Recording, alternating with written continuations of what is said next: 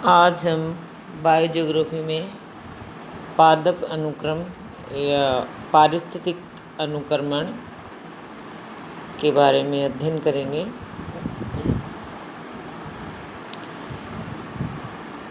पारिस्थितिकी तंत्र में समुदाय वृद्धि करते हुए विकसित होते रहते हैं और परिपक्व अवस्था की ओर अग्रसर होकर अंत में मृत्यु को प्राप्त हो जाते हैं। समुदाय में पाई जाने वाली वनस्पति भी गतिमान यानी परिवर्तनशील होती है। समुदाय के साथ वहाँ का पर्यावरण भी परिवर्तनशील होता है, जो स्थान तथा समय के साथ साथ परिवर्तित होता रहता है। समुदाय और पर्यावरण के परस्पर प्रभाव और उनमें होने वाली इंटरैक्शंस के कारण समुदाय का संगठन तथा स्वरूप लगातार बदलता रहता है। पादप अनुक्रम में जो अध्ययन अपन कर रहे हैं, यहाँ हम देखते हैं कि समुदाय में पाए जाने वाले पादप वहाँ के पर्यावरण की स्थानीय दशाओं में परिवर्तन कर देते हैं। जब पर्यावरण के परिवर्तन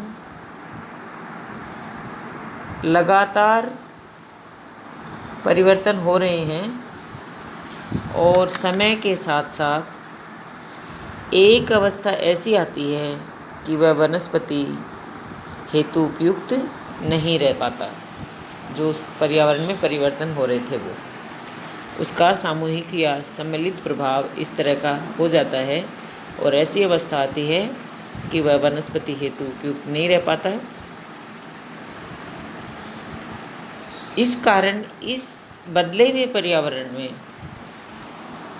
पहले की वनस्पति के स्थान पर नया समुदाय आता है तथा लंबी अवधि के पश्चात ये भी पर्यावरण को प्रभावित कर देते हैं।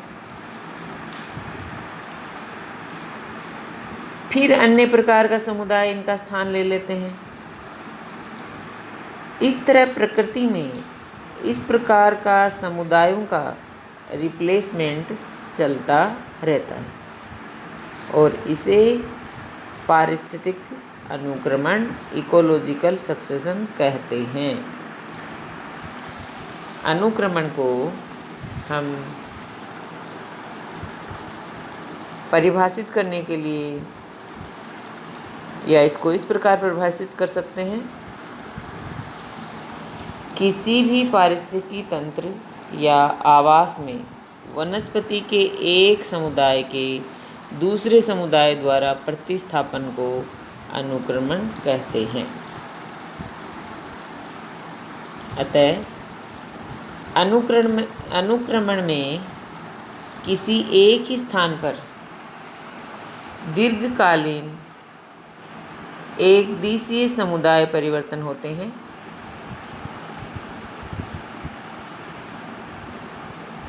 और ये जो प्रक्रम है, इस प्रक्रम में उसी स्थान पर भिन्न भिन्न समुदाय समय के साथ निश्चित क्रम से आते रहते हैं। हुल्ट महोदय जो स्वीडन के थे ने 1885 में सबसे पहले अनुक्रमण शब्द का प्रयोग किया और समुदायों के अध्ययन में नियमबद्ध परिवर्तनों के लिए अनुक्रमण शब्द का प्रयोग हुल्ट ने किया। इसके बाद काउल्स ने 1899 में अनुक्रमण के अध्ययन की शुरुआत की और क्लीमेंट्स ने अनुक्रमण के सिद्धांतों का उल्लेख किया। समुदाय में होने वाले परिवर्तन में सबसे अधिक महत्वपूर्ण दीर्घकालीन संचयी परिवर्तन होते हैं। ओडम ने इसी पारिस्थितिकी अनुक्रमण को सुव्यवस्थित क्रमानुसार पारिस्थितिकी तंत्र का विकास स्वीकार किया और अनुक्रमण की विभिन्न अवस्थाओं के अध्ययन से परिवर्तन की कुछ विशेष परिस्थितियां प्रतीत होती हैं, जो अभी अपन आगे अध्ययन करेंगे। पहला क्या है? समुदाय विकास के प्रक्रम में पाई जाने वाली जो क्रम हैं, उनमें समय के साथ साथ समुदाय की जाति, संरचना तथा क्रियाओं में परिवर्तन होता रहता है। ये परिवर्तन दिशात्मक होता है, जिसके फलस्वरूप भविष्य का पूर्वानुमान हो सकता है। ठीक है। दूसरा है, समुदाय के द्वारा भौतिक पर्यावरण में परिवर्तन आते हैं और भौतिक पर्यावरण के परिवर्तन के फलस्वरूप ही समुदाय अनुक्रमण होता है। तो इससे क्या पता चला कि भौतिक पर्यावरण ही अनुक्रमण का प्रकार, परिवर्तन की गति तथा अनुक्रमण किस स्थिति तक होना चाहिए इसे नियंत्रित करता है। फिर है, अनुक्रमण के अंत में स्थायी पारिस्थितिकी तंत्र का विकास होता है, जिससे उच्चतम जीव भार और जीवों के बीच सहजीवी क्रियाओं को निरंतर बनाए रखा जाता है। अब आता है समुदाय अनुक्रमण के प्रमाण।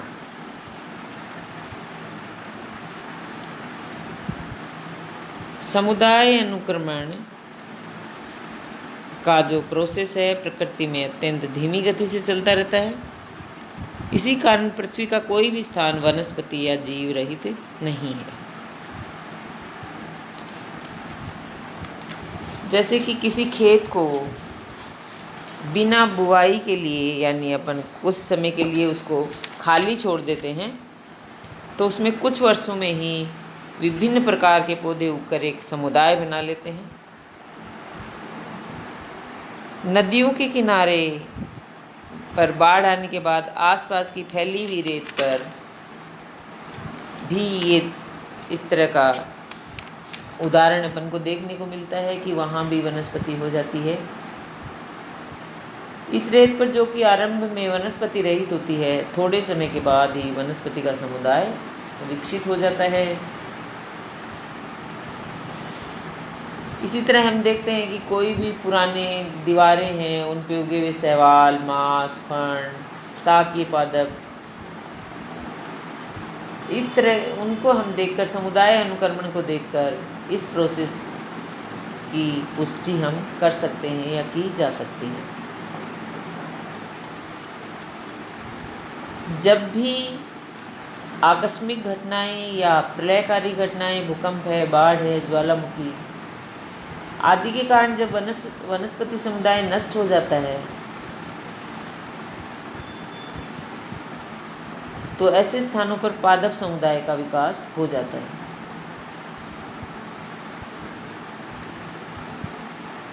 कहने का तात्पर्य क्या हुआ कि कोई भी स्थान है, उस पर जो खाली है, उस पर धीरे धीरे समय के साथ वनस्पति वहाँ पे हमें दिखाई देने लगती है।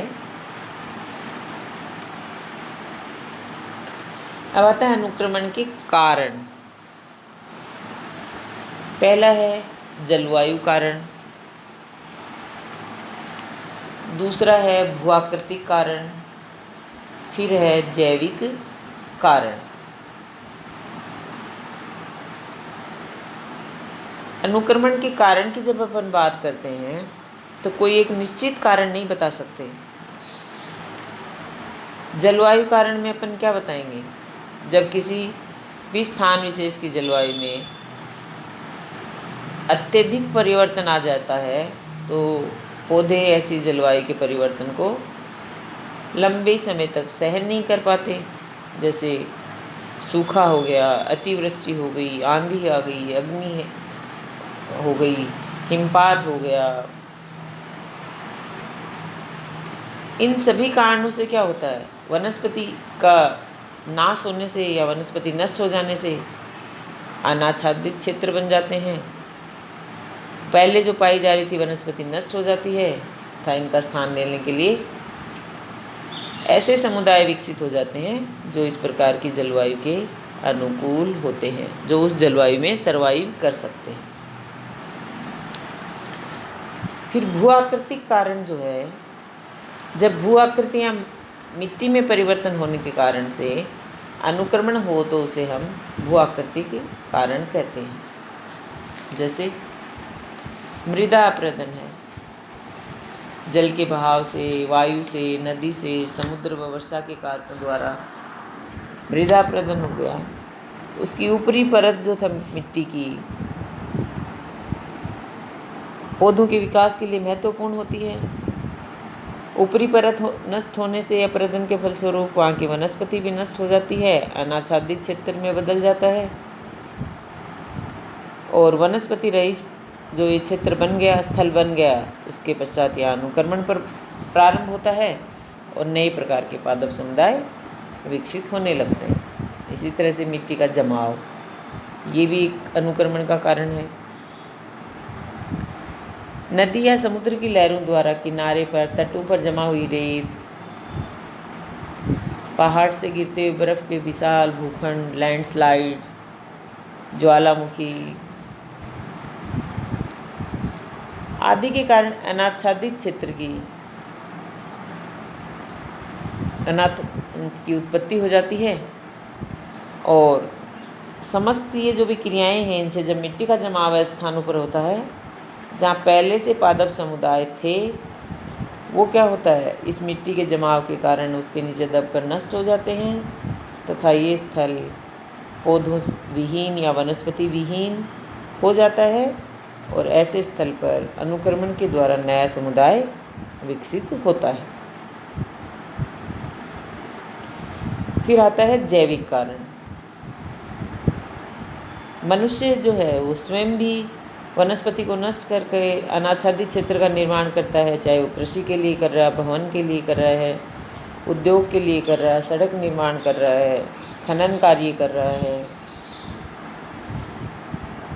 किसी भी तरह की जो क्रिया करता है जिसमें वनस्पति नष्ट होती है, वन के क्षेत्रों को नष्ट करता है, वनों की कटाई करके, प्राकृतिक जंगलों को साफ करके, ये सभी कारक क्या हैं, अनुक्रमण को प्रोत्साहन देने वाले हैं।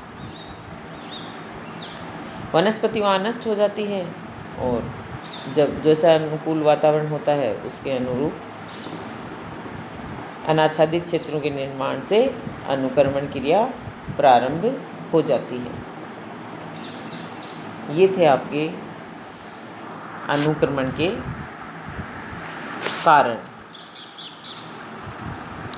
इसी वीडियो को, इस टॉपिक को अपन नेक्स्ट वीडियो में कंप्लीट करेंगे।